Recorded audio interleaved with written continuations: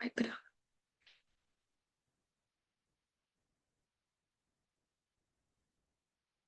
Bueno, buenos días a todos. Yo iba a presentar en la primera filmina, pero bueno, ya me hicieron la presentación, así que nada, sí, soy veterinaria, estudié en la UBA y actualmente me dedico al cargo de docente de bromatología en la UNICEN. Así que aquellos que sean de Tandil o estén estudiando veterinaria en Tandil, nos vamos a ver. Muchas gracias a Elisa, a Belisario y a Fabiana por brindarme este espacio para poder difundir mi pasión, que son los alimentos. Realmente vamos a ver varios temas relacionados con el ejercicio profesional, tanto de veterinarios como agrónomos, en lo que es la producción. Muchas veces trabajamos en conjunto por el hecho de que ¿viste?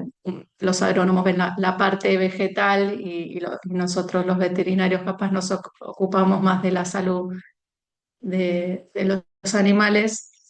Pero bueno, vamos a ver todos estos temas y cómo podemos desde nuestra profesión, ya sea veterinaria o agronomía, ayudar para que se elaboren alimentos que sean seguros para consumir, ¿no? Porque no solo es importante controlar el supermercado o controlar el restaurante, sino que hay que tener en cuenta la cadena agroalimentaria, que, como dice ahí, es el camino que recorre el alimento desde la producción primaria hasta su consumo, porque es igualmente importante controlar el restaurante o la venta minorista, pero tener presente que nuestro trabajo empieza mucho antes en la producción primaria, porque hay que controlar la pesca y que los pescados que se adquieren desde Mar del Plata o donde hayan sido pescados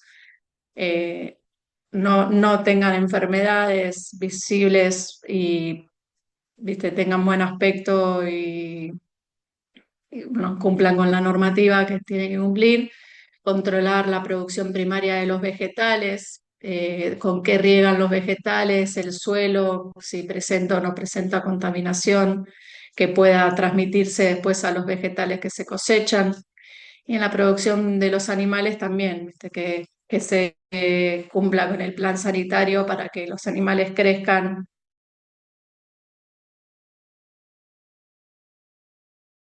en buen estado de salud y el frigorífico no controle tampoco los animales enfermos y termine llegando carne, ¿viste? Contaminada con microorganismos o con algún agente que pueda producirnos una enfermedad después al último eslabón de la cadena. Así que es muy importante que desde la producción primaria se cuide la inocuidad de los alimentos, que ya más adelante en la presentación vamos a ver el concepto de inocuidad, pero es básicamente que el alimento no produzca enfermedad una vez que se consuma y, y si el productor, que es el primer eslabón de la cadena, no cuida las prácticas que hace en el campo para asegurar la inocuidad de ese alimento, no existe ningún proceso tecnológico que pueda hacer la industria después que transforme una materia prima defectuosa en un producto final de calidad. O sea, la calidad comienza desde la materia prima. Por eso todo empieza con las buenas prácticas agrícolas desde el punto de vista de lo que es agronomía, que son un conjunto de principios, normas y recomendaciones técnicas que se aplican en la producción primaria con el objetivo de garantizar que los alimentos que se siembran y cosechan son seguros para su consumo.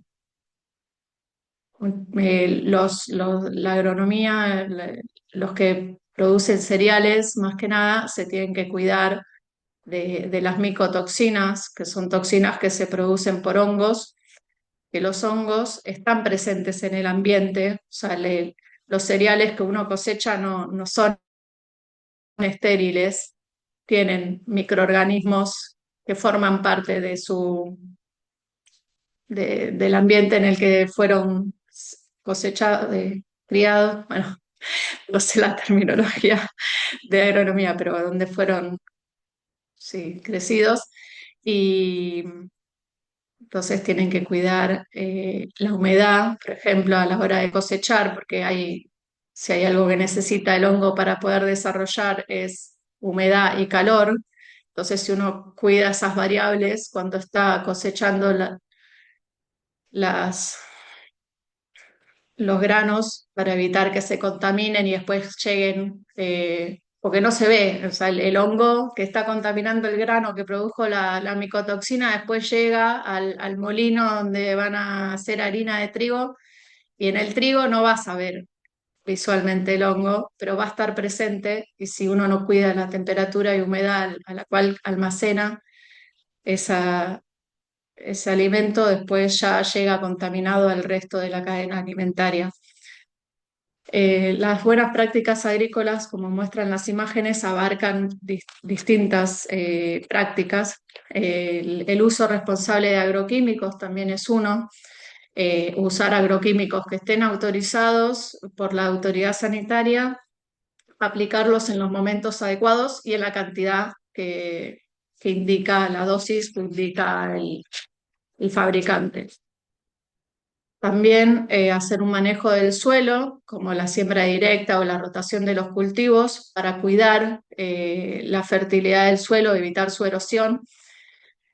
Y, y otra cosa que importa es ahí el último que está abajo a la derecha, el monitoreo y registro, que se puede traducir como trazabilidad también, que la trazabilidad es llevar un registro detallado de todos los procesos, insumos y todas las prácticas que se ejercen sobre los cultivos para el día de mañana. Si después se tiene algún problema con los productos que se hicieron a base de la soja, el trigo o el maíz, pueda llegarse al origen del problema y, bueno, y remediarlo.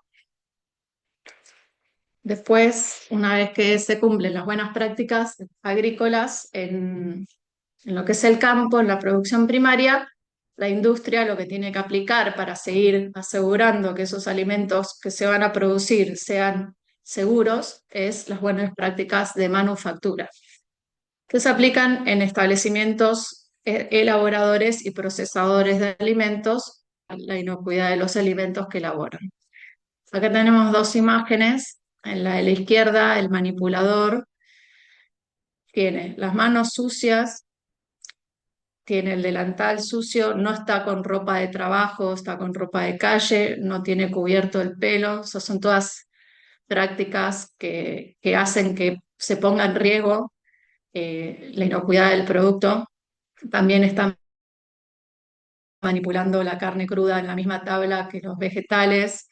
Eso se conoce como contaminación cruzada y siempre fundamental para poder asegurar la inocuidad del producto, separar y utilizar distintas tablas para cuando se manipula la carne cruda que cuando se manipula los vegetales, pues muchas veces los vegetales, y si van a preparar ensaladas, no van a llevar cocción.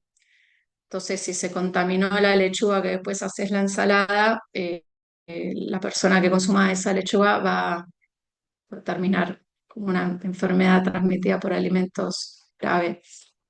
Después, el de la derecha, si bien, bueno, tiene la ropa de trabajo, que es ropa clara, limpia, la gorra puede ser cofia también, pero bueno, tiene cubierto el pelo para evitar que los pelos caigan en el alimento.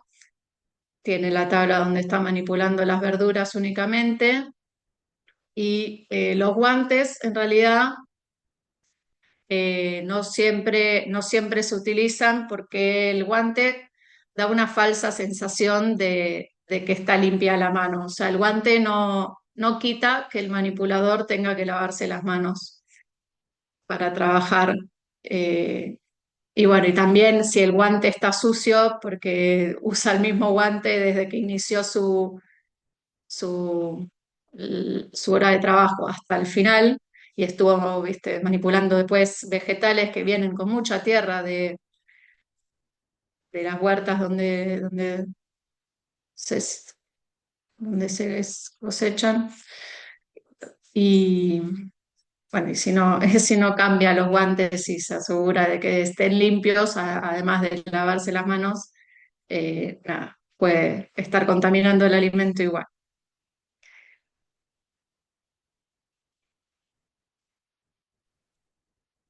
Otra cosa importante en las buenas prácticas de manufactura, además de la higiene de la persona que está manipulando, es la higiene de la cocina.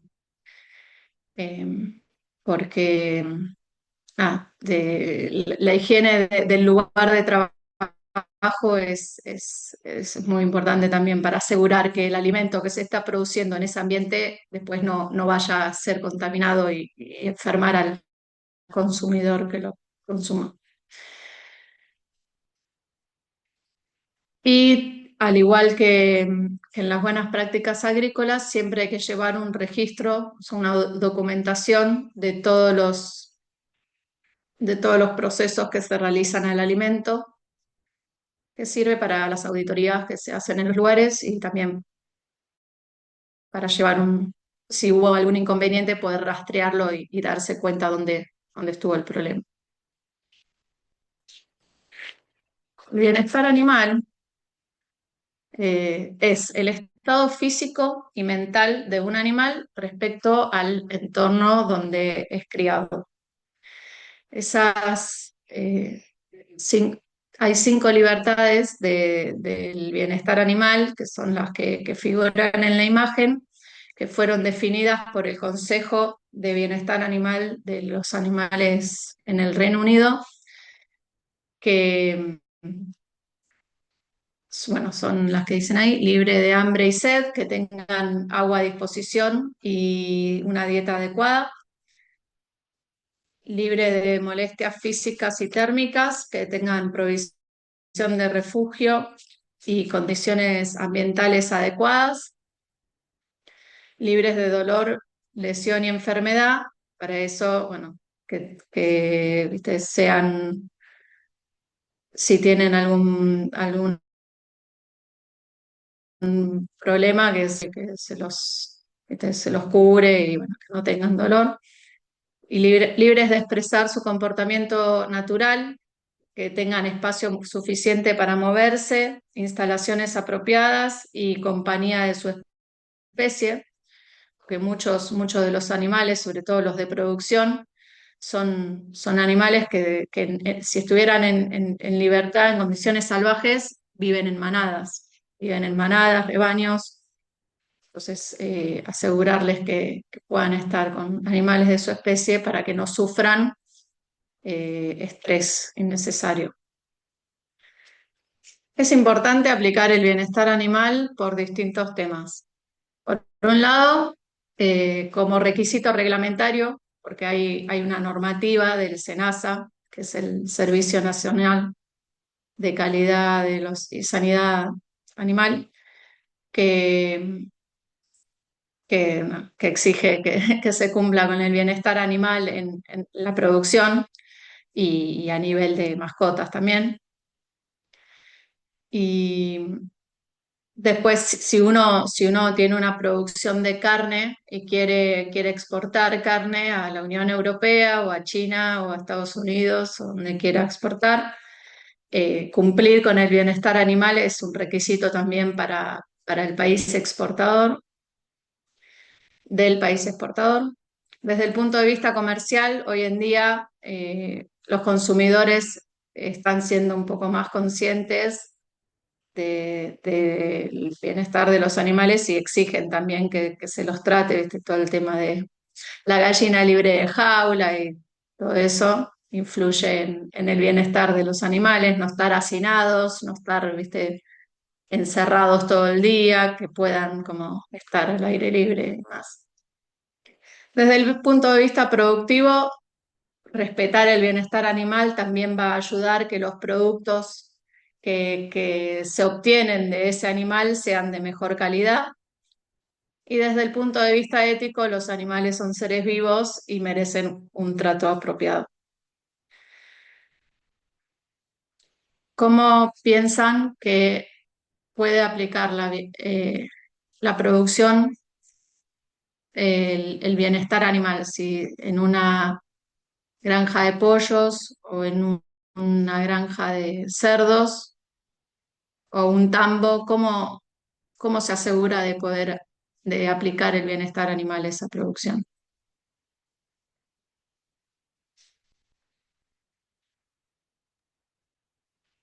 Lo primero que a mí se me ocurre es capacitación del personal que va a trabajar con los animales. Ujú. Sí, sí, sí. Sí, es fundamental que todos estén capacitados, los productores, sí, los peones de campo, todo el que manipule el animal debe estar al tanto de cómo tiene que ser tratado. El SENASA tiene un manual de bienestar animal en donde aclara cómo tiene que aplicarse en cada producción el bienestar animal. Entonces, sí, es fundamental la capacitación. Pero bueno, en lo que es evitar las molestias físicas y térmicas, de proveerle sombra, a veces si en un campo de cría, capaz no tienen tantos árboles, tiene un sector que no tiene tanto árbol, ponerle una media sombra, buscar formas para que pueda tener sombra, sobre todo cuando empiece ahora el calor, eh, proveerle siempre de agua limpia y bueno, agua en cantidad. Y también, bueno, el espacio físico adecuado, no tenerlos hacinados, que eso, bueno, es más para las granjas que capaz los crían más intensivamente, pero bueno, proveerles el espacio para que se puedan manifestar su comportamiento natural es importante. Bueno, y ahora sí llegamos a lo que es la inocuidad alimentaria, que como dice ahí, es simplemente la garantía de que el alimento o agua que consumamos no nos va a causar daño a la salud cuando lo consumamos.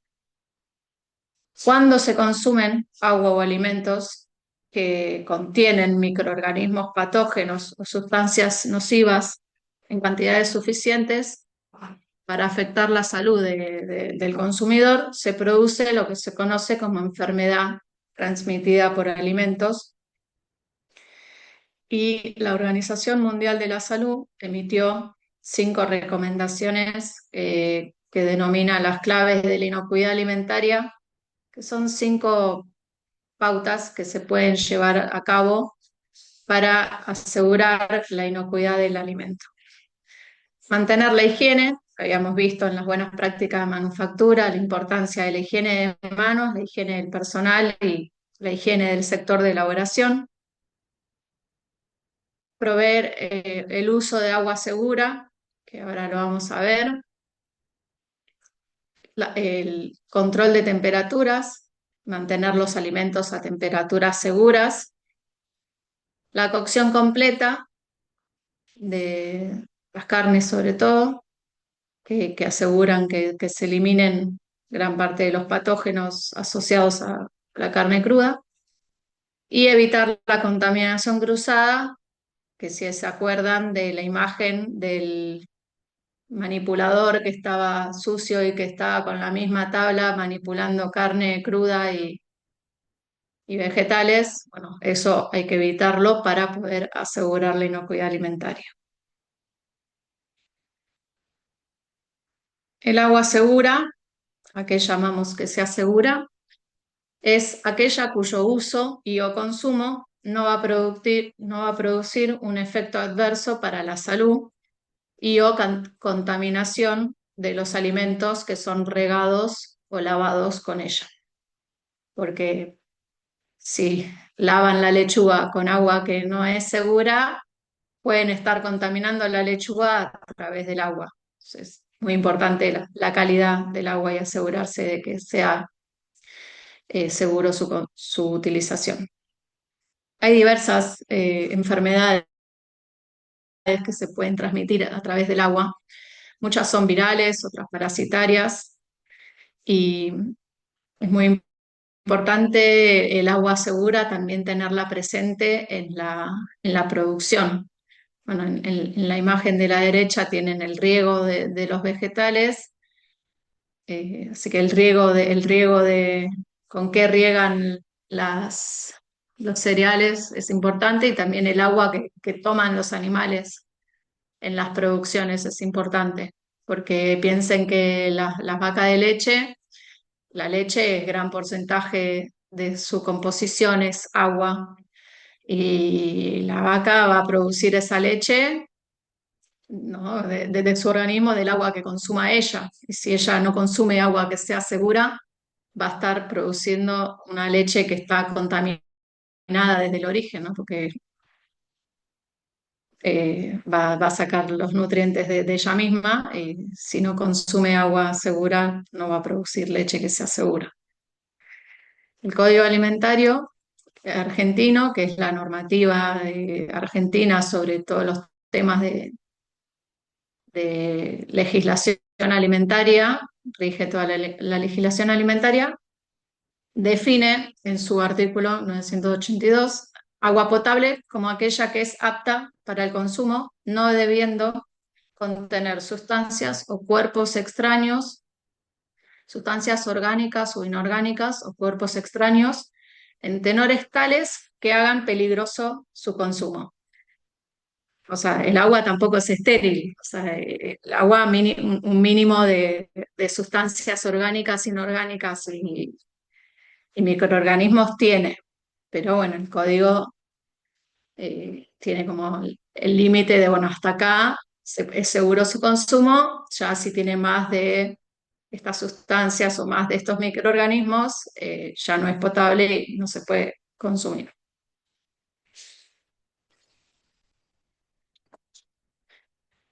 Bueno, existen tres categorías de contaminantes alimentarios: los físicos, los químicos y los microbiológicos. A su vez, estos contaminantes pueden llegar al alimento desde cualquier eslabón de la cadena, desde la producción primaria, la industria, el transporte, el centro de distribución, el comercio minorista, el restaurante, y existen cinco fuentes de contaminación de los alimentos que son la columna de la izquierda, que se conocen como las 5M: los manipuladores, las materias primas, los métodos, los materiales y el medio ambiente. Vamos a hacer una actividad con este tema, que los separamos en grupos a los chicos y le asigno una industria a cada uno, y tienen que, de acuerdo a la industria que se les asignó, pensar cuáles son los contaminantes que pueden estar asociados a esa industria que les tocó. Y después lo debatimos. Y seguimos porque se nos va. Entonces, la cadena epidemiológica de las enfermedades transmitidas por alimentos. ¿Cómo se producen, no? Bueno, para que se produzca una enfermedad transmitida por alimento tiene que haber. Ay, espera, ¿qué pasó? Javi. Sí. Ah, no, porque los dejé de ver y de repente dije, uy, ¿dónde Ah, están? Me quedé sola. Ok, no, no. Tenés que compartir bueno. y no sé si van a comentar lo que trabajaron en los grupos. Sí. Eh, sí, sí, no, como dijiste continuar, pensé que No, querías que no, siguiera. continuar vos Ay, con... ¿por qué no sí, sí, sí, que cuenten. Pero ¿por qué no los veo? No los veo más ahora. ¿Qué pasó?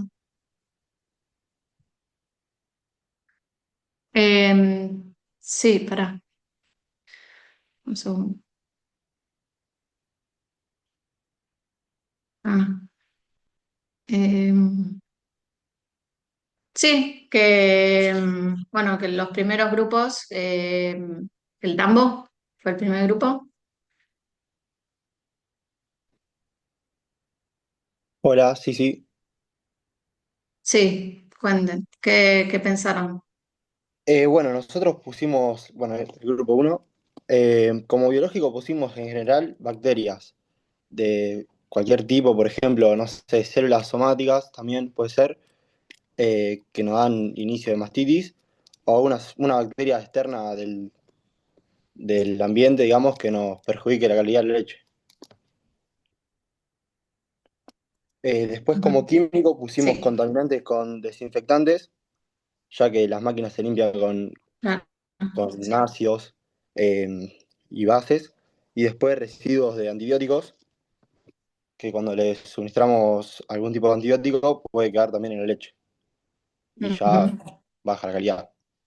Y como ujú. físico pusimos desgaste de máquinas, Sí, ya que puede ir sí. un, un cachito de máquina, por ejemplo, de goma, algo, y suciedad, Mm, que hubo mal lavado del operario.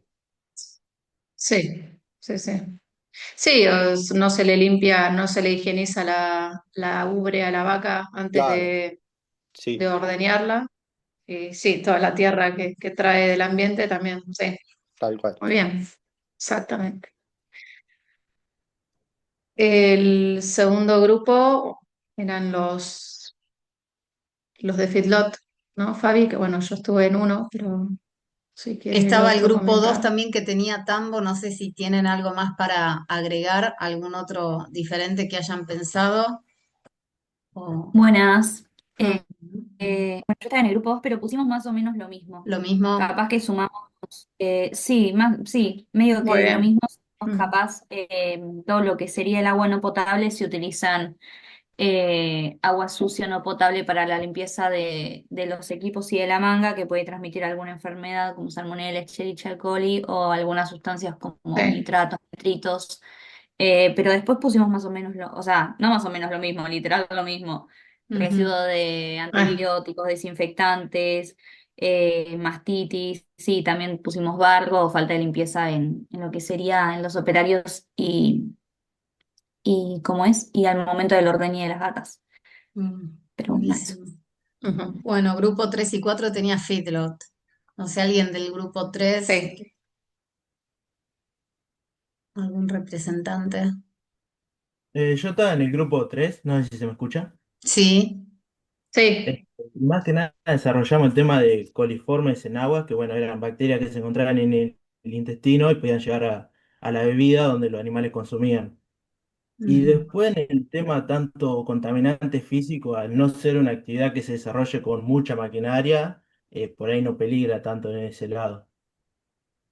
Ujú. Buenísimo. Sí, no sé si hay un físico nomás que se me ocurre, que no sé si el otro grupo de Feedlot pensó en algún contaminante físico que puede tener, No, la verdad que no. Yo soy del grupo 4. ¿no? Eh, Porque, Pensamos en bacterias más porque que nada y quizás intoxicación mm, con algún antibiótico o algún químico, pero físico no se nos ocurrió. físico, bueno, en realidad no creo que afecte mucho a la vaca, pero bueno, es un contaminante físico, pero bueno, no creo que en el feedlot importe. Lo que son las cáscaras o carozos pero bueno, no, en la vaca no va a afectar. Pero por ejemplo, si fuese en otra industria, sí, la cáscara o los carozos de las frutas digamos, los cereales y eso son contaminantes físicos. Pero bueno, para que tengan en cuenta, ¿no? En el feedlot no le va a importar porque la vaca se lo come con cáscara igual y no le va a afectar a ella. Pero en otras circunstancias eso puede ser un contaminante físico. Bien, buenísimo. Grupo 5 y 6 tenían frigorífico de chacinados. A ver, un representante del 5.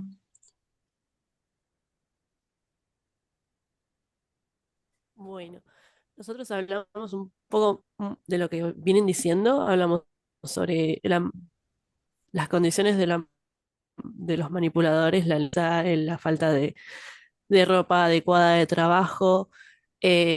Una de las chicas dijo que al momento de embutir puede llegar a haber como humedad que hace que prolifere las bacterias y como toda la contaminación que pueda haber en el momento del embutido, la contaminación que pueda haber en el agua y la falta de la limpieza de las máquinas también.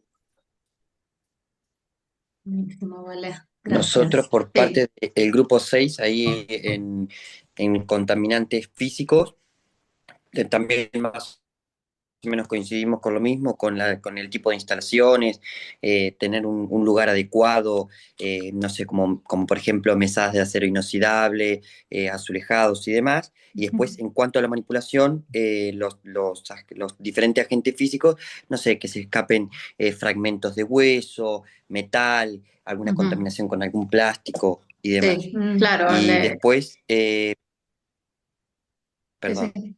No, no, que está muy bien, claro. Industrias como los chacinados tienen, digamos, mucho más contaminantes físicos posibles que el tambo o el feedlot, así que muy bien. Sí. Después, para residuos químicos, bueno, estaban los chicos que creo que íbamos a leer alguna cada uno, pero si no, se las comparto. Después algún residuo químico, que puede ser que esto ya venga de la materia prima contaminado con algún medicamento o con algún antiparasitario o cosas así, que ya la materia prima venga contaminada antes de llegar al chacinado. Y después algún agente biológico, bacterias como, no sé, Salmonella, Escherichia coli y demás.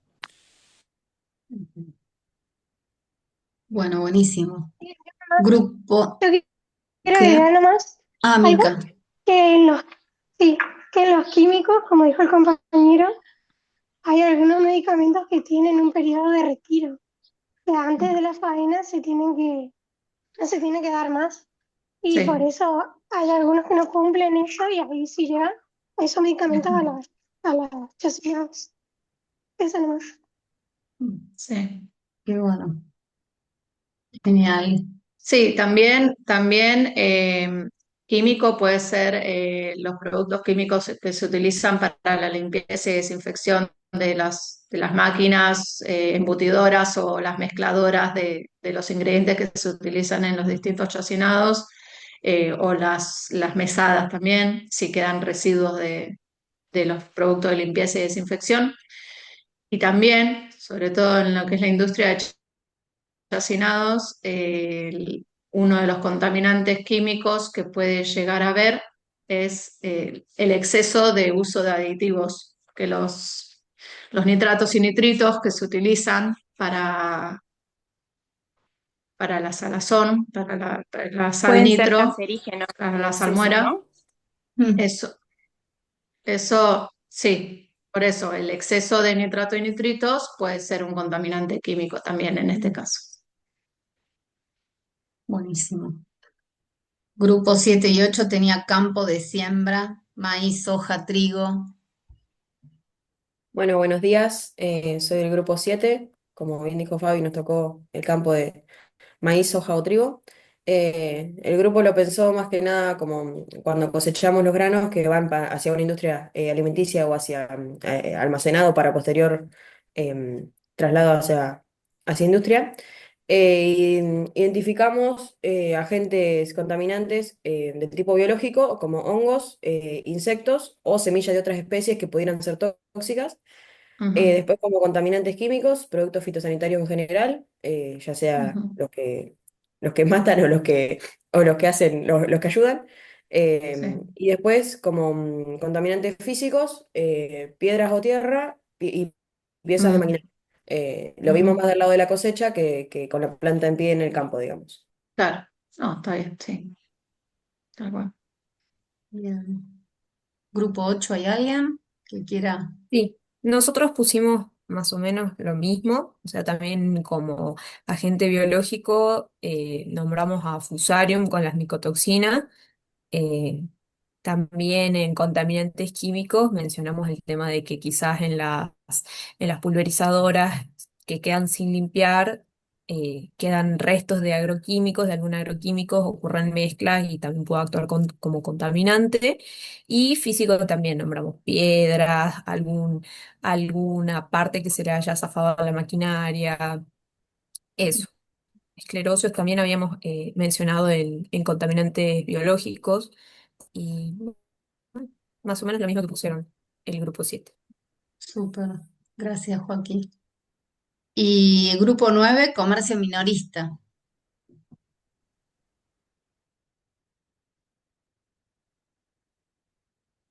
Hola, Bien. en el grupo no hay yo pelo, heridas que no estén cubiertas, mala limpieza, polvo. En los químicos, residuos de limpieza, utensilios con resto de detergente. Y en biológicos, presencia de bacterias y hongos como la salmonela en los huevos o Bacillus cereus en las harinas. Y ahora estaba pensando que también deben tener el curso de manipulación de alimentos los panaderos, ¿verdad? Como para poder Sí, producir y comercializar. Así que eso también. sí, sí, toda la industria tiene que tener el curso de manipulación de alimentos, sí. Buenísimo.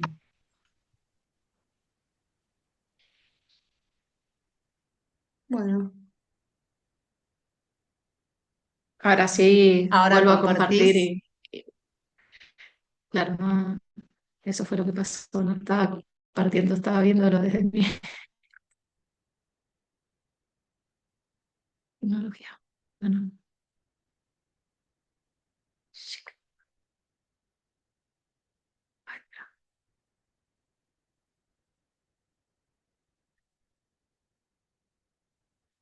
bueno, muy bien, la tuvieron re clara. Al final no les tenía que dar el taller, ya lo sabían sin que les diera nada. Mira, qué bien las facultades donde estudian, cómo los forman de bien. Bueno, seguimos con cadena epidemiológica de las ETA, que son las enfermedades transmitidas por alimentos, que bueno, como pueden ver, para que se pueda producir una ETA se tienen que dar una serie de cuestiones. Por un lado, tiene que estar un agente biológico, un agente etiológico, bacteria, virus, parásito, hongo, que eh, eh, contamina un alimento vulnerable, pollo, huevos, carne, vegetales, que sea, y todos tienen una dosis infectiva, o sea, no comernos un granito de ese alimento contaminado no nos va a producir enfermedad, todo depende de la dosis infectiva de la bacteria que se trate y del alimento que se trate, va a ser mayor o menor la dosis. También se tiene que dar que sea un hospedador susceptible. Acá ven a un anciano. En general, los adultos sanos no tienen mayores problemas y no suelen contraer enfermedades transmitidas por alimentos, pero bueno, un adulto mayor, que es un hospedador susceptible, si come la dosis infectiva del alimento contaminado, produce la ETA. A su vez, esa persona enferma después es fuente de contaminación para que se siga generando el círculo de la cadena epidemiológica. Si el manipulador enfermo no cuida el lavado de manos, el manipulador termina siendo fuente de contaminación y al manipular al alimento lo contamina con el agente biológico y se repite, ¿no?, el circuito. Si bien todos somos susceptibles a contraer enfermedades transmitidas por alimentos, eh, afectan a un grupo, hay un grupo de personas que son más vulnerables a contraer las enfermedades, eh, que se denominan grupo de riesgo. El grupo de riesgo está compuesto por los niños menores a 5 años, los adultos mayores a 65 años, las personas inmunosuprimidas con cáncer o alguna afección crónica que tenga debilitado el sistema inmune y las mujeres embarazadas. ¿Por qué ese grupo es más sensible, es más vulnerable a contraer las enfermedades transmitidas por alimentos? Porque tienen un sistema inmune más débil que un adulto sano, porque los niños menores a 5 años no tienen el sistema inmune aún desarrollado del todo, como para hacerle frente a la bacteria que ingirieron. Bacteria, hongo, parásito, no, da igual. Los adultos mayores ya llega un punto en el que el sistema inmune de un adulto de 40 años o ya después a los 65, 70, 80 ya no es igual de efectivo que cuando tenía 40, entonces por eso los adultos mayores les puede dar. Las personas inmunosuprimidas, las que están con cáncer o alguna enfermedad crónica, también tienen el sistema inmune debilitado.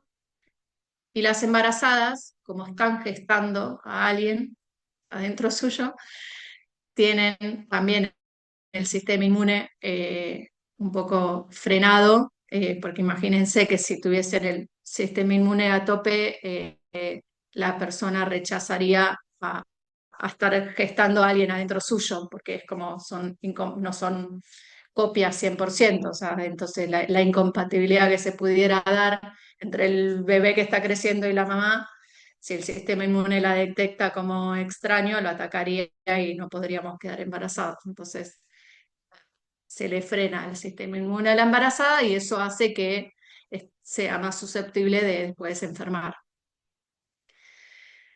Las enfermedades transmitidas por alimentos pueden ser de 3 tipos. Se clasifican según la forma en que se producen de 3 maneras. La infección alimentaria es la que se produce por el consumo de agua o alimentos contaminados con agentes biológicos vivos que son perjudiciales para la salud. En general, este grupo es más que nada las enfermedades virales o las enfermedades parasitarias, que ahí es el virus o el parásito el que produce la enfermedad. Las intoxicaciones alimentarias se producen cuando se ingieren alimentos que están contaminados con toxinas que producen determinadas bacterias o los hongos en el caso de las micotoxinas o sustancias químicas que son nocivas para el organismo. Y en este grupo van a estar el botulismo, que lo vamos a ver ahora más adelante, la intoxicación que se produce por la toxina de Staphylococcus aureus, que es una bacteria que tenemos normalmente en la piel, en el pelo. Por eso es muy importante el lavado de manos, el tener cofia para que no caigan pelos en el alimento. Y también están las vías respiratorias superiores, por eso no hay que tampoco estornudar sobre el alimento, evitar contaminarlo. O sea, es habitante normal nuestro, pero bueno, a mí no me hace nada, pero a la persona a la que le estoy preparando el alimento lo puede enfermar. Y las ETA de origen químico también van a estar dentro de la intoxicación. Y después hay un tercer grupo que son las toxoinfecciones, que ahí son un intermediario entre, o sea, uno ingiere el agente patógeno, o sea, ingiere la bacteria, que una vez que está en nuestro intestino tiene la capacidad de producir toxinas, que en realidad es la toxina la responsable de la enfermedad. Y este es el caso de la salmonela o la Escherichia coli, productora de síndrome urémico hemolítico. Hay diversos factores que contribuyen a que ocurra una ETA. Uno de los factores es la cocción incompleta de las carnes. Yo sé que hay muchos que les gusta la carne así, como se ve en la imagen, sellada, o mismo comer sushi, capaz, o ceviche, o alguno de esos que consumen pescado crudo. Pero bueno, una cosa son gustos y otra cosa es si es riesgoso o no es riesgoso. ¿Qué es riesgoso? Es riesgoso. ¿Por qué? Porque la carne puede traer un sinfín de bacterias, de parásitos y bacterias y parásitos más que nada, que pueden estar ahí presentes en la carne cruda, que si uno las cocina en forma completa, se eliminan con el calor. O sea, el calor no mata todo. O sea, eso vamos a desmitificar que el calor mata todo, pero sí mata lo que nos importa, que son los parásitos y las bacterias que pueden estar contaminando la carne. Así que en ese sentido sí mata todo. Entonces la cocción completa de las carnes, a pesar de que hay gente que le gusta jugosa, es una medida de seguridad para asegurarnos de que consumir esa carne no nos produzca enfermedad. Después, la higiene de la cocina, que ya la habíamos visto en la aplicación de las buenas prácticas de manufactura, porque si yo voy a elaborarles la ensalada o la comida, el omelé o cualquier cosa que les haga en esa cocina, bueno, cualquier cosa puede salir de ahí, entonces no va a estar muy seguro el consumo de esos alimentos. Otras cosas que no están en las imágenes es conservar conservar los alimentos cocidos o alimentos que tienen que estar en refrigeración a temperatura ambiente. Si yo cocino la carne y después la dejo 4 horas a temperatura ambiente, cualquier bacteria que haya podido sobrevivir la cocción cuando yo va a estar en su temperatura ideal de crecimiento y se va a desarrollar y va a contaminar la carne. Entonces, por eso es muy importante respetar la refrigeración de los productos que requieren mantenerse refrigerados.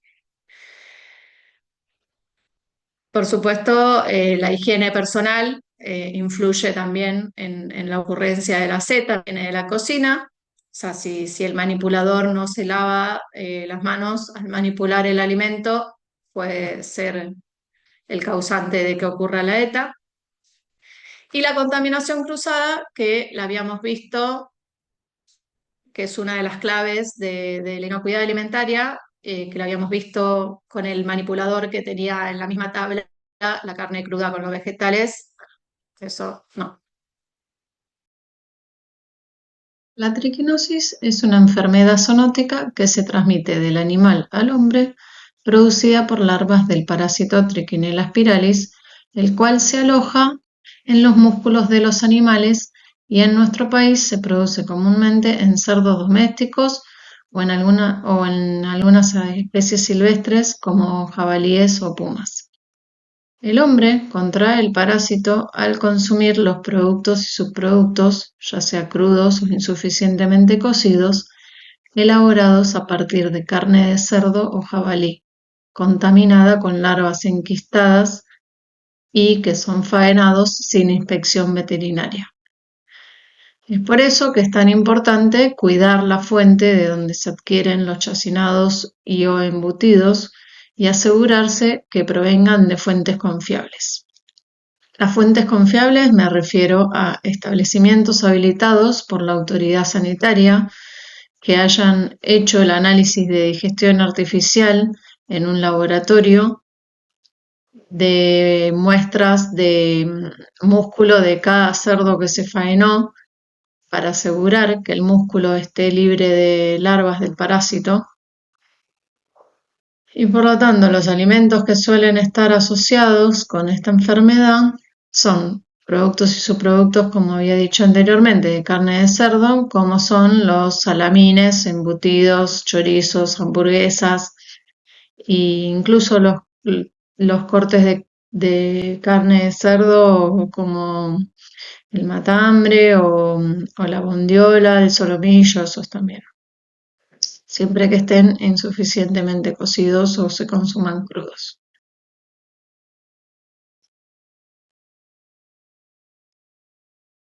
Las medidas preventivas que es importante que tengan respecto a esta enfermedad es comprar los productos cárnicos en lugares habilitados. O sea, evitar comprar los productos en venta ambulante o por las redes.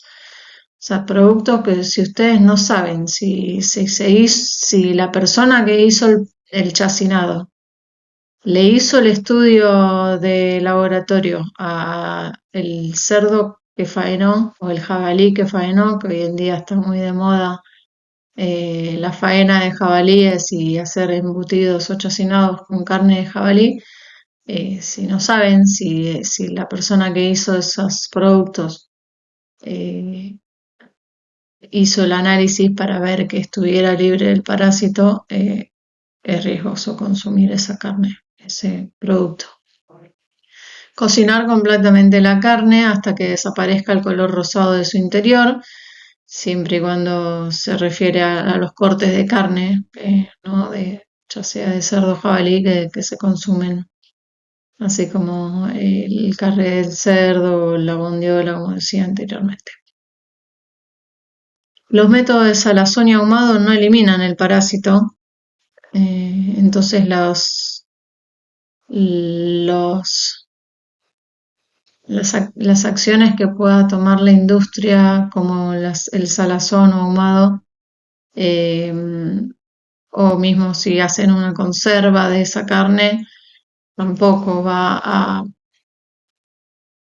eliminar al parásito, solamente la cocción mata al parásito. Tienen que lavar adecuadamente las superficies y utensilios que entren en contacto con la carne cruda del cerdo, así como sus manos luego de manipular la misma, y evitar la contaminación cruzada utilizando tablas de corte y utensilios diferentes para la carne de cerdo cruda y distinta para los vegetales o para los alimentos cocidos.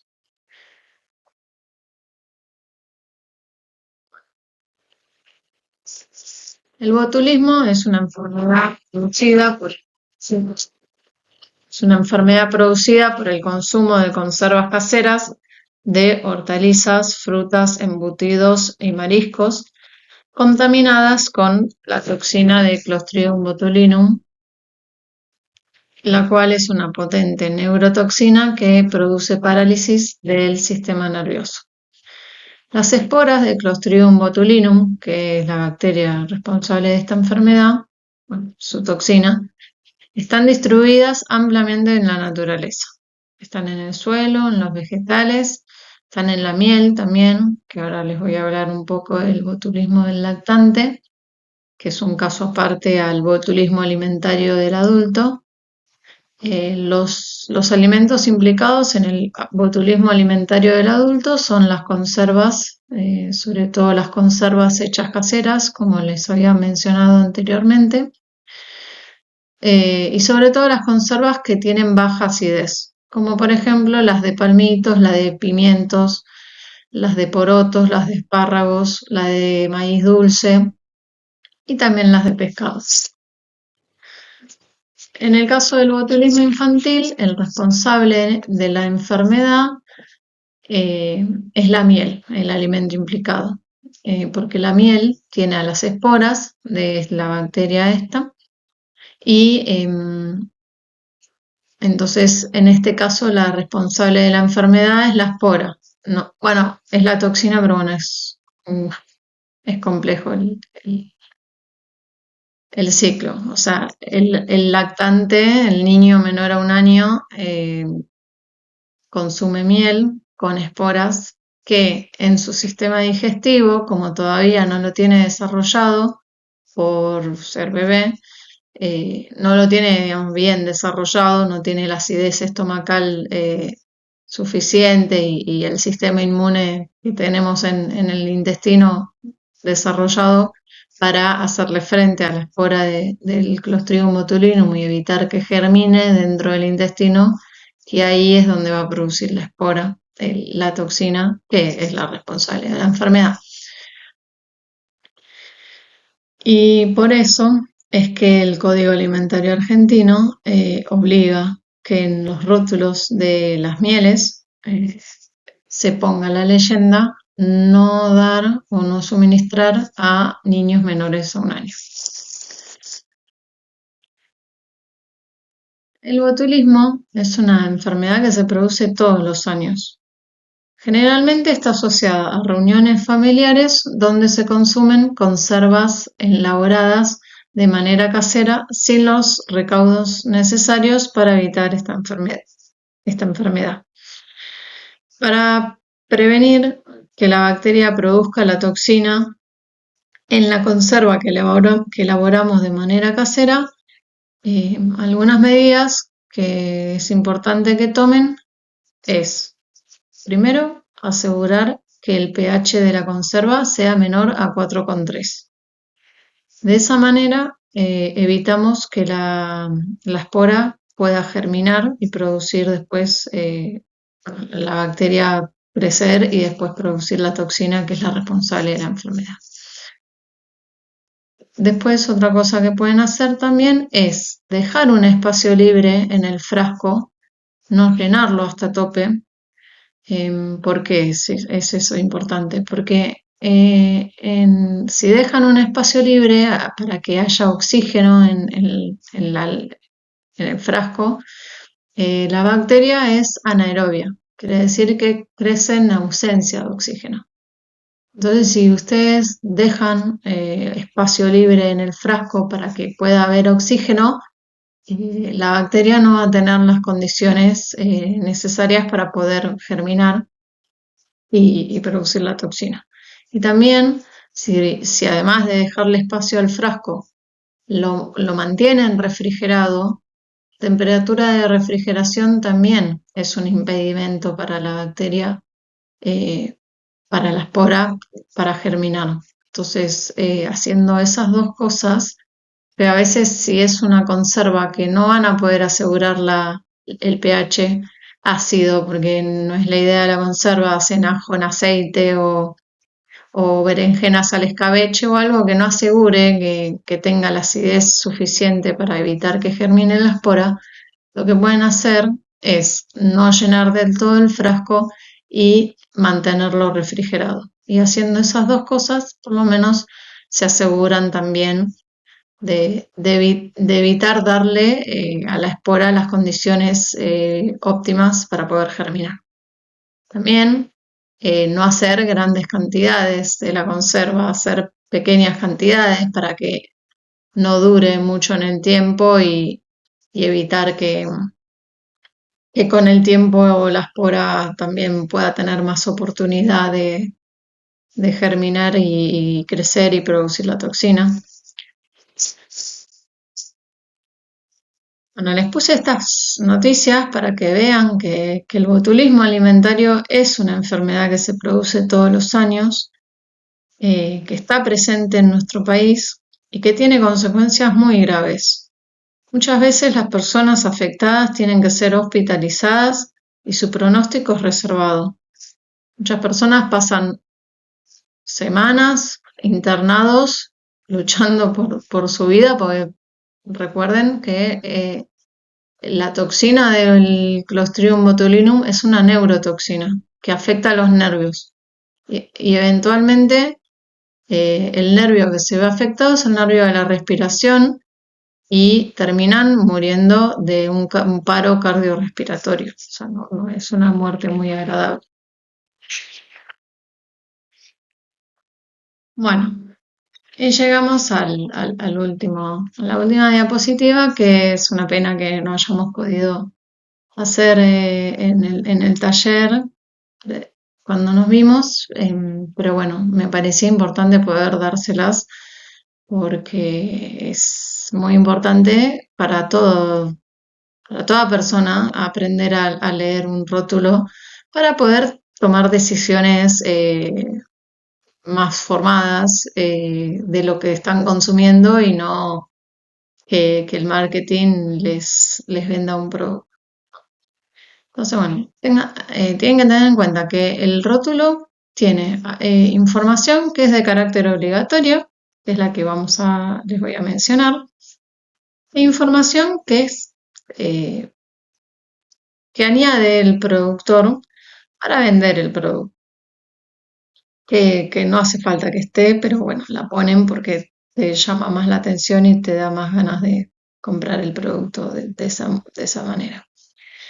Entonces, de la información obligatoria tenemos a la denominación del producto, que la denominación del producto es cómo se llama ese alimento envasado.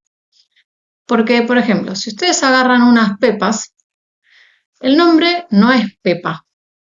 O sea, el nombre del alimento no es pepa. O sea, para el nombre, digamos, del alimento tiene que figurar en el Código Alimentario Argentino. Pepa no está. no es el nombre ese es el nombre de fantasía. El nombre de la pepa es galletita dulce, sabor vainilla, no sé, con dulce de membrillo, no sé, algo así. Fíjense después, pero van a ver que no es pepa el nombre.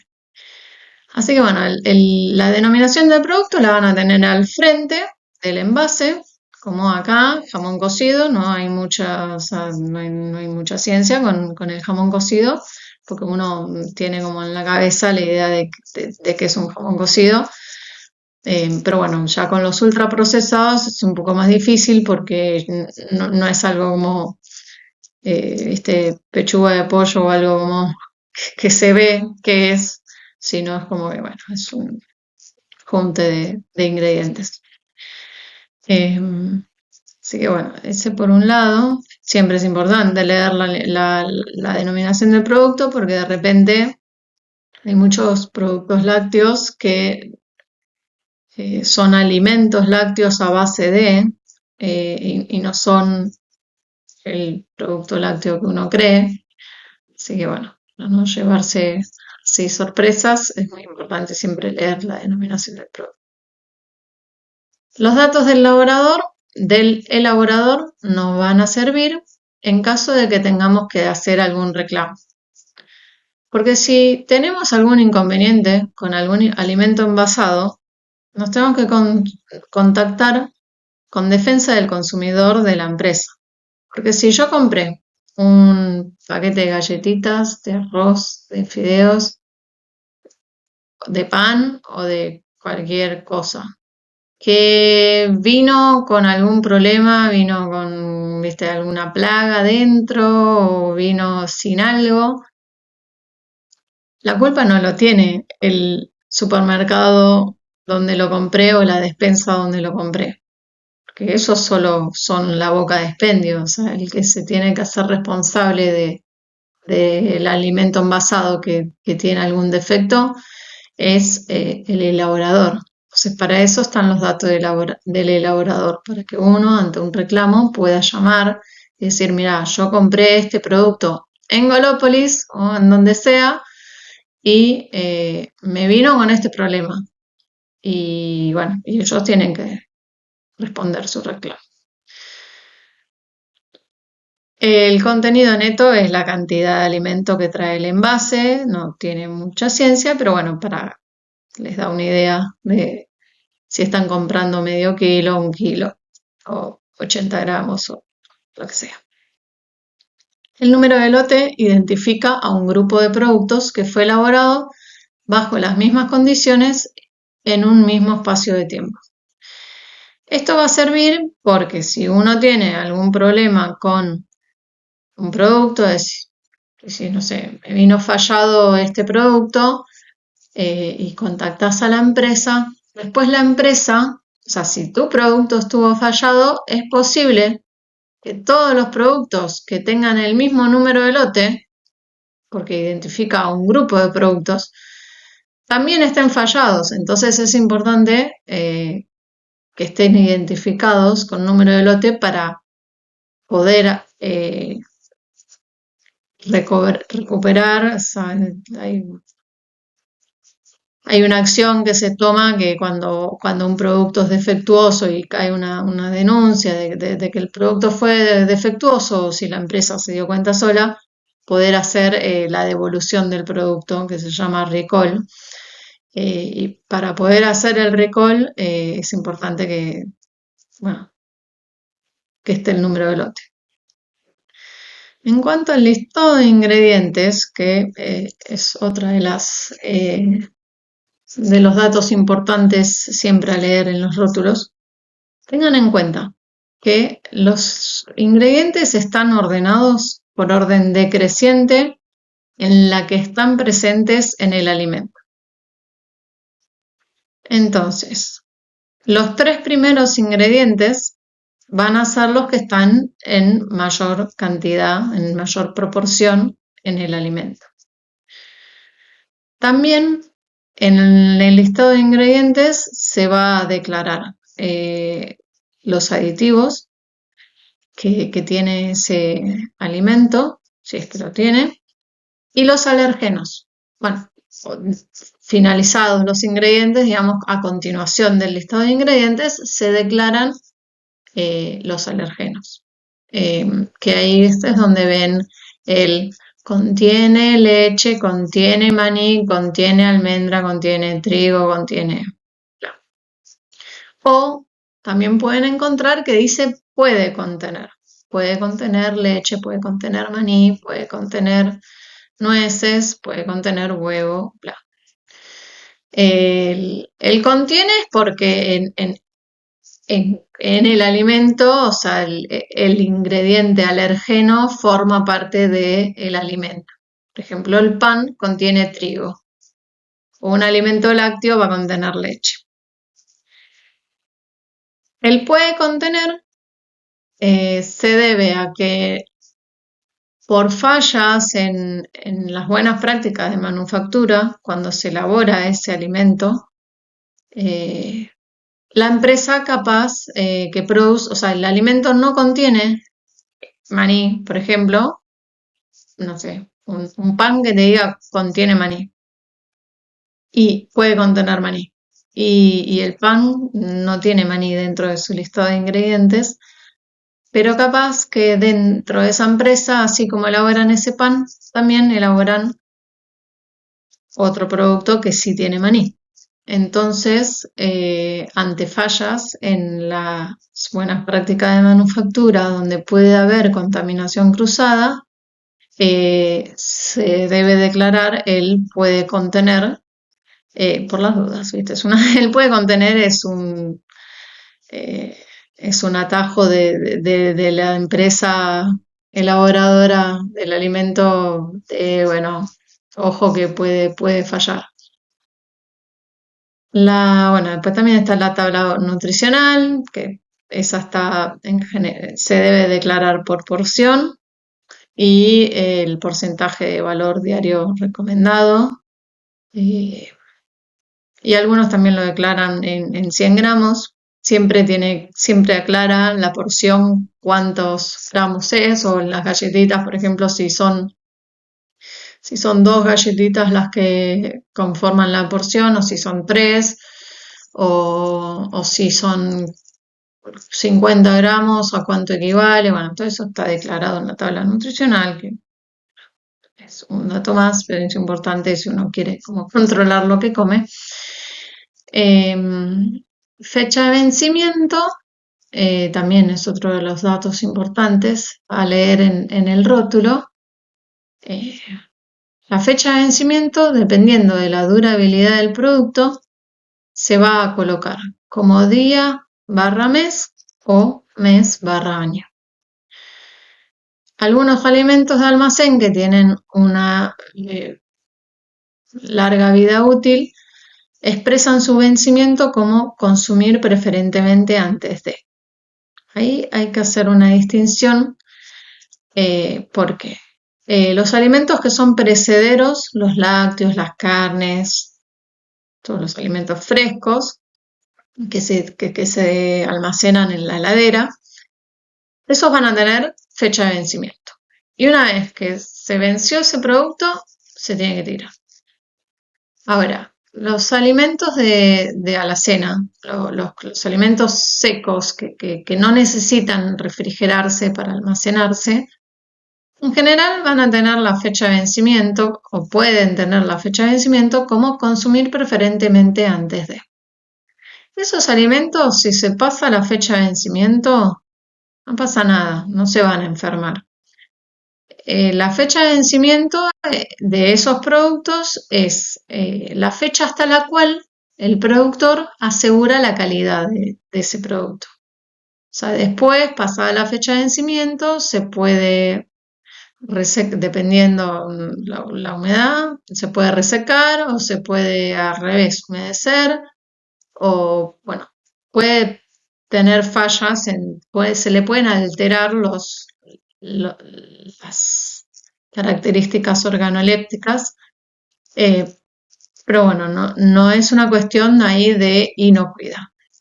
O sea, el alimento sigue siendo seguro, solo que, bueno, puede tener menor calidad que el alimento no vencido.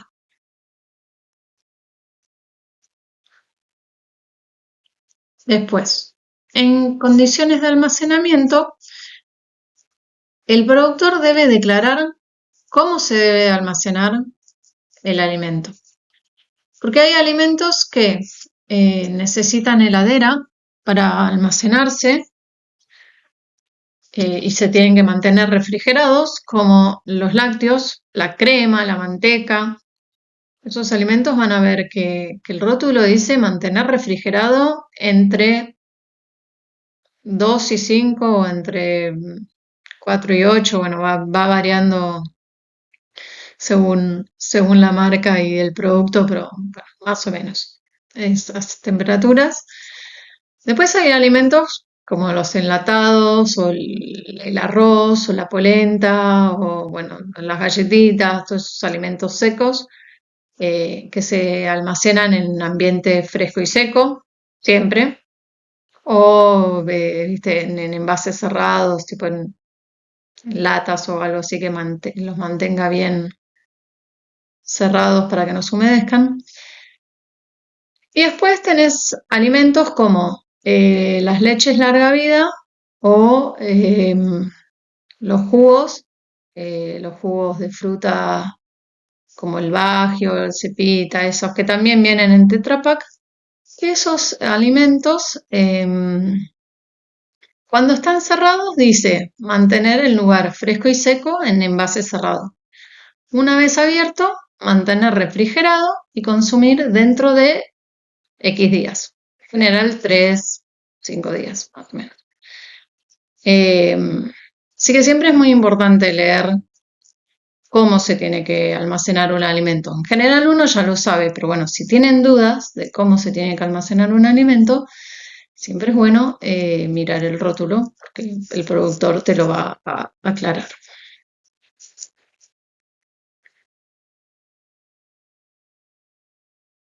Bueno, y después por último está la ley 27.642, que es la ley de promoción de la alimentación saludable, que es la ley responsable de los octógonos, esos sellos de advertencia negros en el frente del envase, que la ley declaró de carácter obligatorio alertar a los consumidores acerca del consumo del contenido excesivo de ciertos nutrientes, azúcares, grasas totales, saturadas, del exceso de calorías y del exceso de sodio en los productos envasados. A su vez, existen leyendas precautorias para la presencia de edulcorantes y de cafeína en los alimentos y bebidas envasadas y los microsellos para el caso de productos envasados de tamaño pequeño, como puede ser una golosina. Vieron que en los caramelos a veces ven un sello que tiene un 2 o tiene un 4.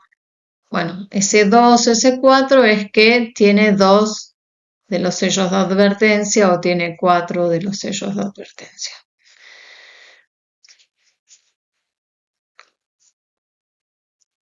Yo no, bueno, no,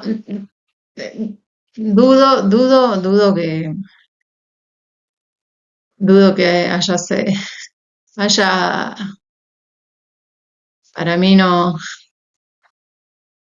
ayudó de la manera en la que creen o pensaron que iba a ayudar, porque bueno, los sellos ahí están y la gente sigue consumiendo el producto igual, por más que tenga 4 sellos. Así que para mí como ahí el objetivo no estuvo bien planteado, pero bueno, eso es una opinión personal. Así que bueno, esto es lo que faltaba que les diera el día del taller, pero bueno, no quería dejar que lo tuvieran. Así que bueno, gracias por haberme escuchado, espero que les haya gustado el taller y bueno, cualquier duda pueden contactar a Fabiana o me escriben a mi mail, que creo que lo